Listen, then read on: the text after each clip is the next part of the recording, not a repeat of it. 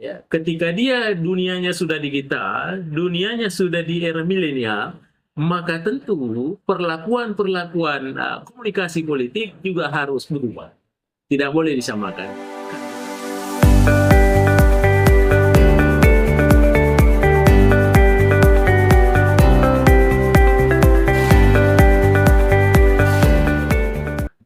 Assalamualaikum warahmatullahi wabarakatuh.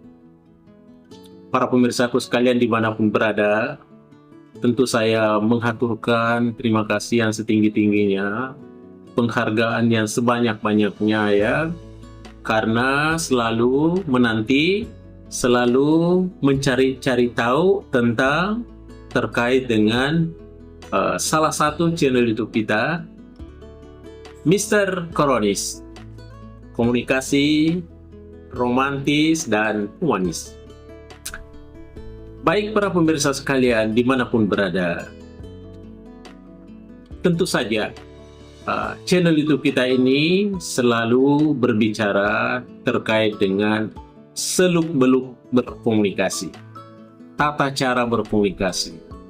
Iya, sebab tentu saja dari pemirsa ada yang selalu terkesan bahwa dia berkomunikasinya dengan baik. Ada juga yang terkesan merasa, tabi tanda kutip, merasa dia bilang komunikasi kurang baik. Tapi itu adalah tergantung dari para audiens, pemirsa sekalian, bagaimana kita mempersepsikan sesuatu.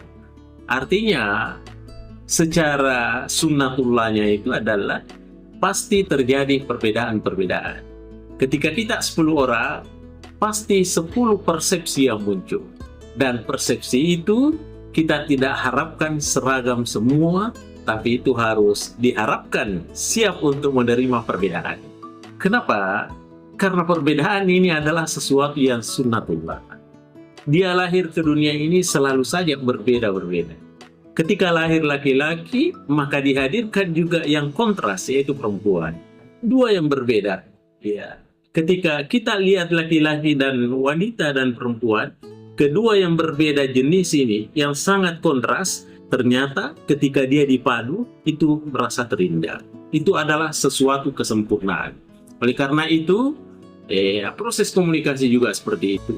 Ketika ada komunikasi yang belum maksimal, maka tentunya kita harus siap menerima itu. Kita harus beradaptasi dengan itu. Baik para pemirsa sekalian, sebagaimana yang saya bahasakan di awal bahwa tentu channel ini tidak pernah lepas daripada fenomena-fenomena komunikasi.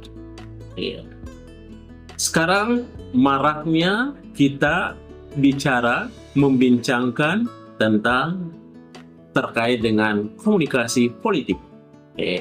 Tentu saja ya, ketika kita bertanya kepada masyarakat awam tentang terkait dengan politik, komunikasi politik, pasti timbul dua persepsi, terjadi pro dan kontra. Ada yang mengatakan bahwa politik itu sesuatu yang baik, tapi di lain sisi ada juga pasti yang mengatakan bahwa politik itu kurang baik. Dua-dua pendapat itu merupakan satu referensi kita. Kalau dia katakan kurang baik, di mana kurang baiknya, di mana celahnya, itu yang perlu kita tutupi. Tapi ketika dia sudah baik, maka juga kita harus tanya di mana baiknya supaya kita pertahankan atau kalau perlu kita tingkatkan. Baik para pemirsa sekalian, pada kesempatan ini kita bicara tentang komunikasi politik digital ya. Bagaimana komunikasi politik digital? Tentu saja ada perbedaan dari bentuk-bentuk komunikasi politik di era tradisional. Ketika dia dunianya sudah digital, dunianya sudah di era milenial, maka tentu perlakuan-perlakuan komunikasi politik juga harus berubah. Tidak boleh disamakan, karena konsepnya sudah berubah. Satu konsep komunikasi politik di dunia tradisional, dan yang satunya satu konsep komunikasi dalam dunia digital. Maka dia harus berubah. Dan antara komunikasi tradisional, komunikasi politik masa tradisional dengan komunikasi politik di era digital, tentu tantangannya masing-masing berbeda. Ya, plus minusnya ada. Oke, para pemirsa sekalian, saat ini kita tidak melihat lagi apa yang menjadi tantangan komunikasi politik di tradisional. Tetapi kita mau melihatnya, mencermati bersama, karena ini yang sementara kita alami sekarang, bagaimana tantangan komunikasi politik di era digital. Yang pertama, para pemirsa sekalian, tantangannya adalah, yang paling hebat sekali tantangannya adalah ada yang namanya disinformasi, atau yang biasa kita kenal dengan hoax. Kenapa timbul disinformasi dan hoax? Itu diakibatkan karena adanya data yang dimanipulasi. Bahkan kadangkala dia memalsukan, menyebarkan sesuatu yang palsu, bukan sesuatu yang berdasarkan fakta atau kebenaran. Kenapa?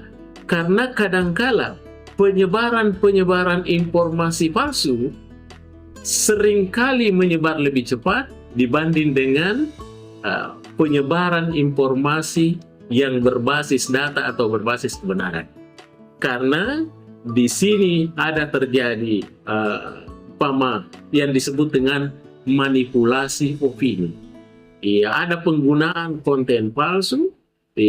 Bagaimana caranya untuk menjatuhkan reputasi lawan politik?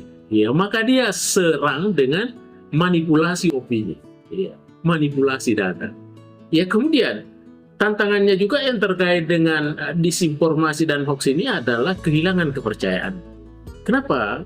Karena masyarakat kita menjadi bingung di dalam membedakan antara fakta dengan fiksi, yang akhirnya menurunkan kepercayaan terhadap institusi politik secara resmi. Karena begitu maraknya konten-konten palsu, sehingga kadangkala tertutup yang sifatnya konten-konten yang asli sesuai dengan fakta, sehingga masyarakat awam bisa terpapar dengan sebuah kebingungan yang mana benar adanya. Itu yang pertama. Jadi yang pertama tadi itu disinformasi dan hoax. Kemudian tantangan komunikasi politik di era digital itu yang kedua adalah ada yang disebut dengan terjadi gelembung informasi yang biasa disebut dengan echo chambers. Bagaimana itu gelembung informasi itu?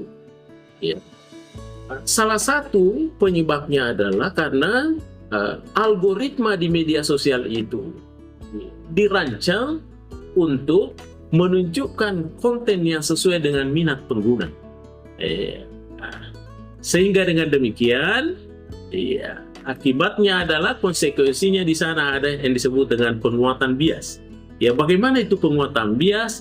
Artinya seseorang hanya akan terpapar pada pandangan yang mendukung keyakinannya sendiri. Ini penguatan bias. Walaupun dia dalam posisi kurang benar, tapi karena didukung oleh algoritma media sosial bahwa pilihan jatuhnya sama dia, maka dia tetap meyakini itu bahwa ini adalah sesuatu yang benar adanya berdasarkan keyakinannya sendiri. Dan kemudian faktor keduanya tentunya adalah sulitnya dialog.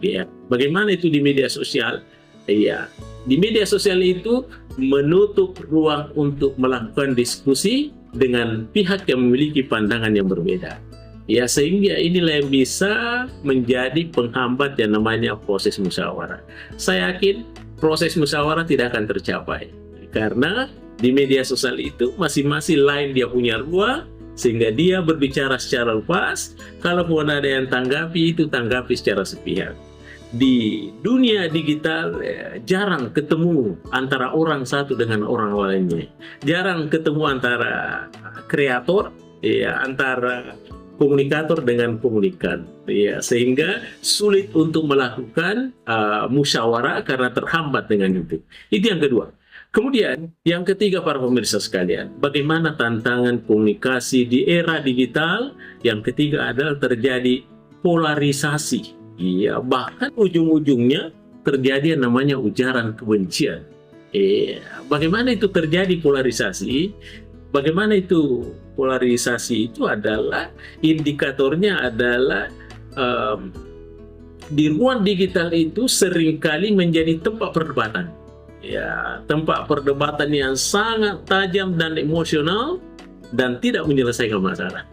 Iya, ujung-ujungnya adalah di sana kenapa sampai terjadi perdebatan yang tajam dan emosional karena didukung oleh sentimen-sentimen primordial. Ya, apa itu sentimen primordial? Ya, boleh jadi isu sara. Ya, ada di sana terjadi sukuisme. Ya, apa itu sukuisme? Sukuisme adalah orang yang beranggapan bahwa hanya sukunya yang baik, ya hanya sukunya yang benar. Ya, padahal kita di negara Republik yang tercinta ini ada terjadi pluralisme suku. Ya, ada berapa banyak suku kita ya? Ada ratusan gitu ya. Ya, sampai penutur bahasa itu sampai ribuan di negara ini. Ya. Makanya kita harus bersiap-siap untuk tidak menganut yang namanya sukuisme. Hanya sukunya yang benar. Kita harus jauh itu. Yang kemudian, bagaimana di ruang digital itu, yang kedua adalah ada sifatnya yang disebut dengan anonimitas. Apa itu anonimitas? Ya, terjadi pembuatan-pembuatan akun secara palsu atau tidak benar. Ya, sehingga orang seenaknya buat narasi-narasi, buat diksi-diksi, ya, yang tentunya melakukan serangan-serangan pribadi, iya, atau yang disebut dengan perundungan cyber, ya perundungan siber tanpa rasa takut, iya, dan tanpa konsekuensi dengan hukum, ya karena dia berlindung di balik akun-akun palsu. Itulah yang disebut dengan anonimitas. Kemudian yang keempat, para pemirsa sekalian, bagaimana tantangan komunikasi politik di era digital ini? Yang keempat tantangannya adalah terkait dengan manipulasi data. Ya, manipulasi data itu bagaimana penggunaan data pribadi, penggunaan untuk tujuan kampanye yang sangat spesifik. Ya, terjadi yang disebut dengan manipulasi psikologis. Ya, bagaimana itu manipulasi psikologis? Artinya pesan politik yang dikirimkan berdasarkan ketakutan atau keinginan pribadi individu secara rahasia. Ya. Kemudian di samping terjadi yang namanya manipulasi psikologis, juga tentu terkait dengan privacy data, ya privasi data. Ya, bagaimana privasi data? Ada risiko penyalahgunaan data pribadi yang diambil tanpa izin yang jelas untuk kepentingan pemenangan politik. Ya, ini terjadi kecurangan dalam privacy data. Datanya orang bisa diambil semudah itu tanpa harus izin kepada yang bersangkutan, padahal ini adalah satu bagian dari pelanggaran terkait dengan manipulasi pribadi, manipulasi privacy data. Dan yang kelima, para pemirsa sekalian, bagaimana tantangan di dunia komunikasi digital di era sekarang ini, komunikasi politik di dunia digital, dunia era sekarang ini adalah ada yang disebut dengan pasukan siber, ya kelompok-kelompok siber, atau ada yang biasa disebut dengan buzzer politik. Ya, bagaimana itu buzzer politik? Ya, pasukan-pasukan cyber itu dia merupakan aktor digital, ya yang dibayar untuk mengarahkan narasi tertentu secara masif. Ya, tentu narasi-narasi yang secara masif itu boleh jadi ada sifatnya narasi buatan. Ya, bagaimana itu narasi buatan? Dia mendesain sedemikian rupa, menciptakan kesan seolah-olah satu isu didukung oleh mayoritas masyarakat. Ya, padahal itu tidak benar. Ya, padahal hanya digerakkan oleh sekelompok kumpulan akun bot, ya atau buzzer. Padahal dibuat narasinya begitu bahwa narasi ini, statement ini didukung oleh mayoritas masyarakat. Padahal sesungguhnya itu adalah sebaliknya. Ya. Dan kemudian pasukan cyber ini atau buzzer politik ini dia bisa berfungsi sebagai meredam kritik. Ya, bagaimana fungsinya dalam meredam kritik? Maka dia gunakan buzzer politik untuk menyerang suara-suara kritis masyarakat agar mereka enggan berbicara.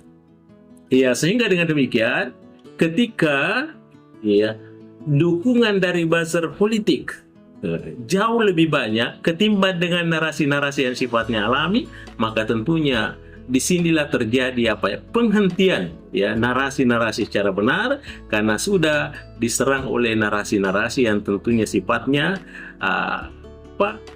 boleh jadi penuh dengan ketidakbenaran, tapi karena didukung oleh suara-suara mayoritas seperti buzzer politik atau pasukan cyber. Ya, baik para pemirsaku sekalian dimanapun berada, saya kira demikian yang saya sampaikan, yang saya akan ketengahkan pada hari ini. Mudah-mudahan ada manfaatnya. Terima kasih atas segala perhatiannya. Mr. Koronis mengundurkan diri. Assalamualaikum warahmatullahi wabarakatuh. Mr. Koronis, jangan